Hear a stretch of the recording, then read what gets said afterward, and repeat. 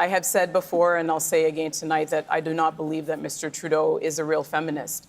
A feminist doesn't continue to push strong women out of his party when they are just seeking to serve. Does the self-professed feminist Justin Trudeau have a problem with women, particularly strong women?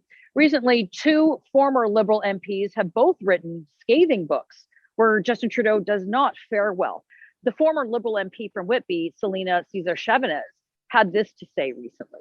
I was heartbroken because we keep continuing to reward bad behavior from a prime minister that won a 2019 election, had a majority and a minority government, so for 6 years, continues to say there is more to do. Sabrina Maddow, National Post columnist, is with me. Sabrina, she's wearing blue and admits freely that she has never voted Conservative, but will very much support the Conservative candidate that is running in the riding to replace her.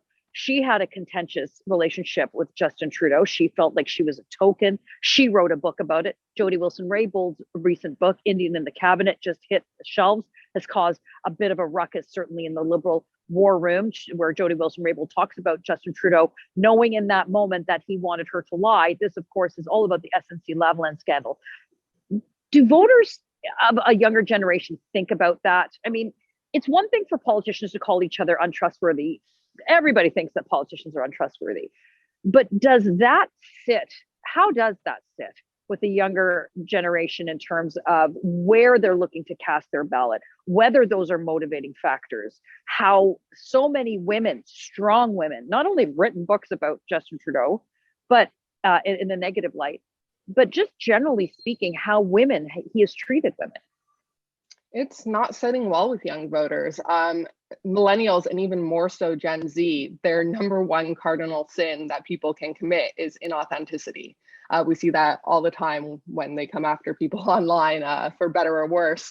But everyone, like you said, expects politicians to be self-serving to an extent. No politician comes through with all of their promises. But when Trudeau has been so relentless about painting himself as a savior for women, as a feminist, as so progressive. It is so important that we all understand that it's not only that men can be feminists, it's that men should be feminists as well.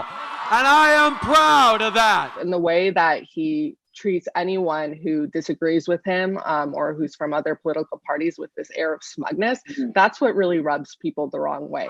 Being a feminist for me means recognizing that men and women should be, can be, must be equal, and secondly, that we still have an awful lot of work to do. So part of it comes down to his persona.